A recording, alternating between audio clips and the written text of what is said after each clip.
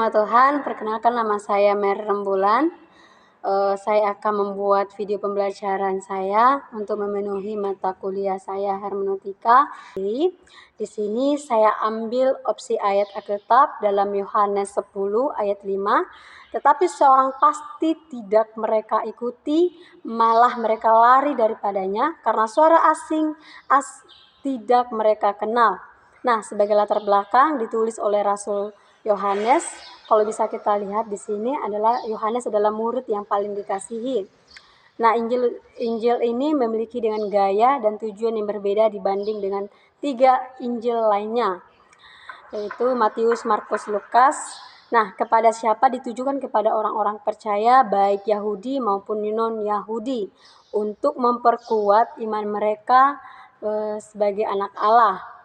Nah, tujuan penulisan ini seperti yang ditulis dalam Yohanes 20 ayat 31, supaya kamu percaya bahwa Yesuslah Mesias, anak Allah, dan supaya kamu oleh imanmu memperoleh hidup dalam namanya.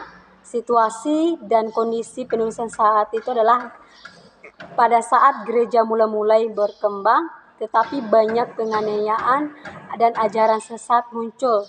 Yohanes menegaskan keilahian Yesus. Nah, secara geografis, wilayah utama adalah Yudea dan sekitarnya. Peristiwa ini dalam pasal ini kemungkinan besar terjadi di Yerusalem. Nah, di sini kalau kita bisa lihat di dalam kitab Yohanes juga, ini ada politik yang dikuasai oleh kekaisaran Romawi.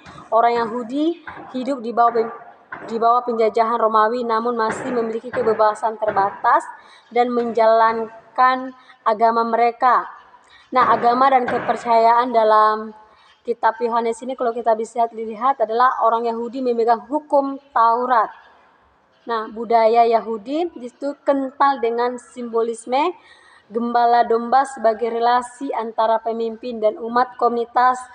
Nah, kita masuk dalam analisis leksikal. Nah, dalam Yohanes 10 ayat 5 ini, tetapi seorang asing pasti tidak mereka ikuti, malah mereka lari daripadanya, karena suara orang-orang asing tidak mereka kenal. Di sini kita memakai kata, kita garis bawahi seorang asing. Seorang asing dalam bahasa aslinya adalah allotrio. Dalam bahasa Inggrisnya itu a strangers. Nah, kalau kita bisa lihat dalam leksikal, belong to another person berarti itu milik orang lain. Ya, strong leksikalnya itu bisa kita lihat dalam transliterasinya itu allotrios, bagian dari pidotik kata sifat ejaan. Nah, definisi dalam di sini milik orang lain, asing, aneh. Nah, maka dapat disimpulkan bahwa kata asing memiliki makna milik orang lain, bukan milik sendiri. Nah, kalau menurut saya, asing berarti menandakan sesuatu hal yang lain. Nah, kita mengajarkan bahwa kita ini harus berhati-hati dalam hal yang bukan milik kita sendiri dan harus mengetahui siapa pemilik kita. Nah, kita masuk dalam gramatikal. Nah, sebagai gramatikal itu dimulai dari nul, morfologinya F, I, A, 3, P, part of speak, menggunakan kata verb, gramatikal kategorisnya tenses, future, mood indikatif, voice aktif, person 3 person, number plural. Nah, analisis hermeneutika statistik di 21 pasal 878 ayat dengan menggunakan kata 19.099 kata. Penulis Rasul Pak Yohanes dalam Yohanes 21 ayat 20 dan 24. Anak Zebedeus Matius 10 ayat 2. Saudaranya bernama Yakobus dan ibunya bernama Salome. Matius 27 ayat 56 dan Markus 15 ayat 40.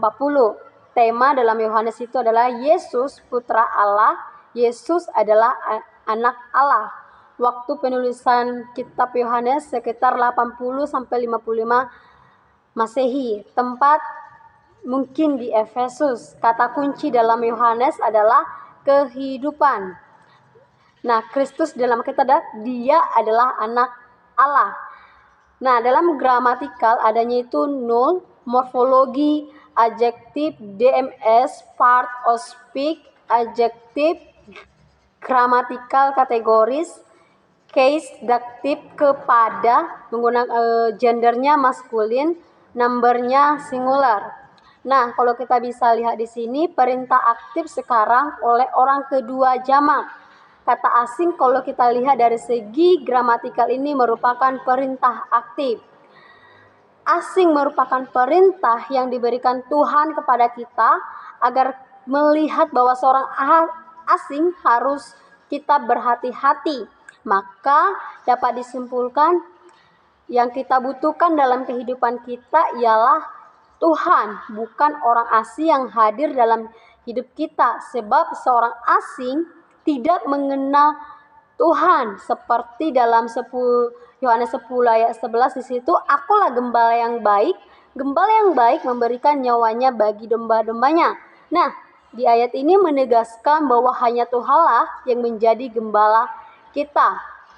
Nah, kalau kita masuk dalam konteks khusus, di situ ada analisis narasi, yaitu Yesus sedang mengajar dengan perumpamaan gembala yang diantara oleh domba-dombanya. Konteksnya adalah kontras antara gembala sejati yaitu Yesus dan pemimpin yang tidak layak seperti para pemimpin Yahudi.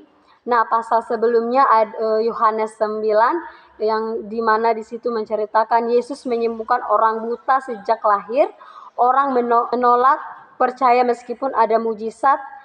Ini menjadi latar penting karena menunjukkan kebutaan rohani para pemimpin agama.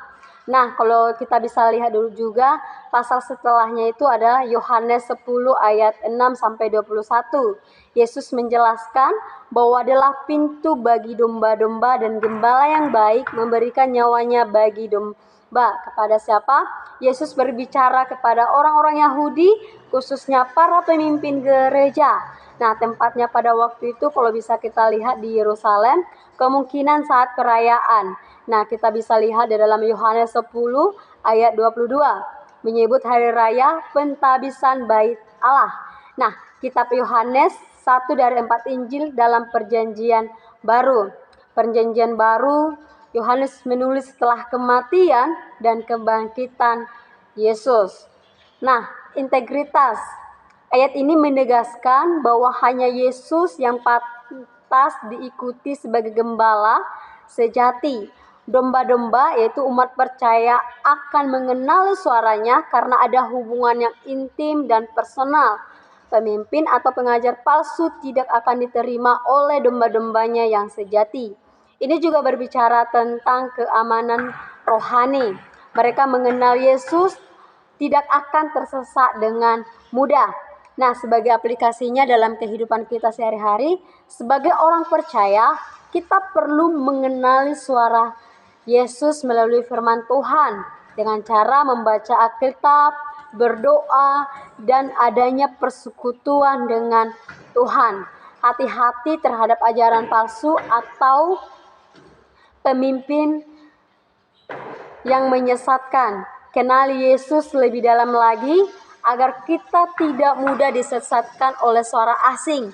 Hubungan kita dengan Tuhan harus seperti domba kepada gembala, penuh kepercayaan, keintiman, dan ketaatan. Demikian video saya, kiranya dapat memberkati kita semua agar kita mengerti bahwa Tuhan itu hanyalah satu-satunya dalam kehidupan kita. Haleluya.